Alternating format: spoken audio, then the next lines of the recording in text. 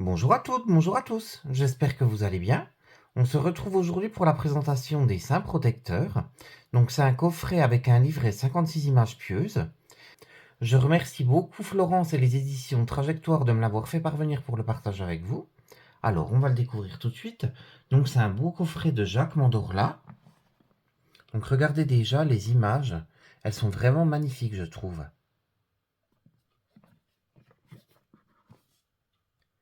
Par leur vie exemplaire ou la grandeur de leur réalisation, les saints illustres présentés dans ce coffret sont des modèles de vie et invitent au recueillement. Dans son ouvrage, Jacques Mandorla propose de découvrir l'histoire détaillée de la vie des saints, le jour qui leur est consacré et le domaine de leur influence. Pour chacun des saints, découvrez une prière particulière pour les invoquer. Ces prières sont une saine méditation, quelles que soient vos croyances personnelles. Les 56 images pieuses de ce coffret sont de véritables œuvres d'art. Créées pour la plupart au XIXe siècle par Ledoux et Kellerhoven, elles sont ici rehaussées de détails dorés. Donc le coffret, comme je vous le disais, est composé de 56 images pieuses avec des prières spécifiques et un livre de 176 pages, donc qui nous raconte l'histoire de chaque saint. Donc il est au prix de 29 € et il est sorti aux éditions Trajectoire. Donc on va le découvrir à l'intérieur. Donc l'intérieur du coffret est dans les tons vert d'eau. Ça me fait penser un peu à l'auréole d'un saint, je sais pas ce que vous en pensez. Ça peut être aussi un soleil, je pense plutôt à une auréole. Alors vous avez le livre et vous avez les cartes. Donc on s'intéressera aux cartes tout à l'heure. On va tout d'abord découvrir le livre. Alors on va s'intéresser à l'introduction. Donc dans l'introduction, Jacques Mandorla nous explique ce qu'est un saint. Donc un saint, c'est une personne qui après sa mort fait l'objet d'un culte en raison du très haut degré de perfectionnement chrétien qu'il a atteint durant sa vie. Ensuite, il nous explique le culte des saints. Ensuite, il nous explique le culte de Dieu et le culte des saints. Vous verrez, c'est très très bien expliqué. C'est vraiment très approfondi. Ensuite, vous avez le rôle d'intercession des saints. Donc l'intercession d'un saint consiste pour un croyant à lui demander par la prière d'intervenir auprès de Dieu en sa faveur. Donc après, il vous donne des explications également. Après, vous avez les saints patrons. Donc il nous explique qui sont les saints patrons. Les saints guérisseurs. Après, vous avez la canonisation des saints. Et enfin, vous avez les reliques et images saintes. Ensuite, on passe à la présentation des 56 saints et saints illustrés. Donc, vous avez l'illustration, vous avez le nom du saint, vous avez sa fête, donc avec la date de sa fête, vous avez pourquoi on l'invoque. Donc là, par exemple, pour Sainte Agathe, sa fête est le 5 février, elle est invoquée contre les affections du saint, c'est la patronne des nourrices. Ensuite, vous avez l'histoire de la sainte, donc c'est une histoire très complète. Et ensuite, vous avez la prière, donc la prière pour s'adresser à la sainte. Donc vous avez ça pour chacune des saintes et pour chacun des saints. Donc à la fin, c'est ce que je vous expliquais tout à l'heure dans l'introduction. Je trouve ça super sympa. Vous avez la liste des saints et les dates d'invocation. Donc par exemple, je vous reprends Sainte Agathe le 5 février, affection du saint. Vous avez Agnès le 21 janvier, c'est pour l'anémie. André le 30 novembre, c'est pour les maux de gorge. Anne le 26 juillet pour les séparations et les divorces. Donc ainsi de suite. Donc tout est classé par catégorie. Ensuite, vous avez l'index des invocations. Donc c'est tout rangé par ordre alphabétique.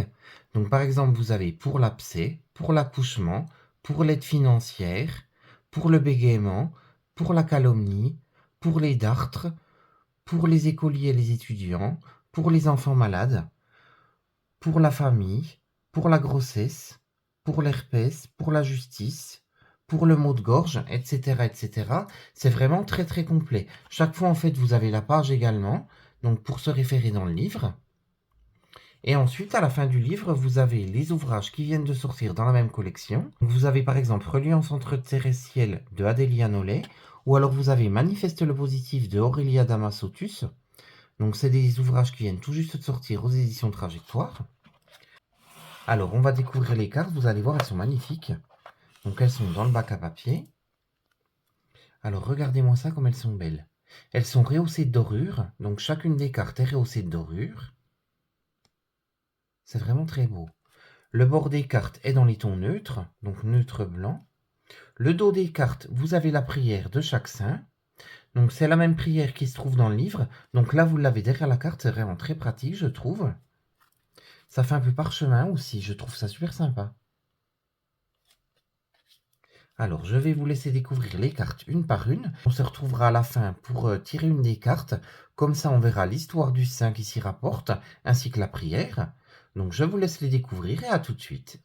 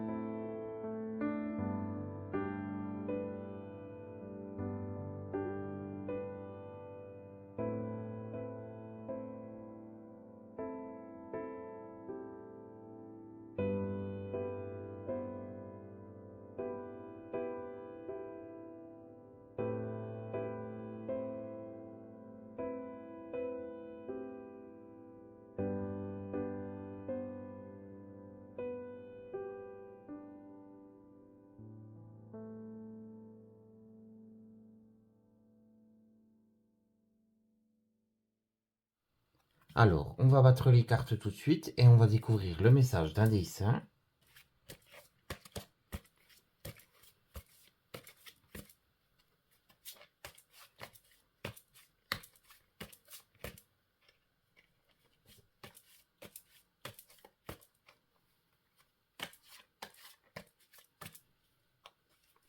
Alors, on va prendre celle-ci.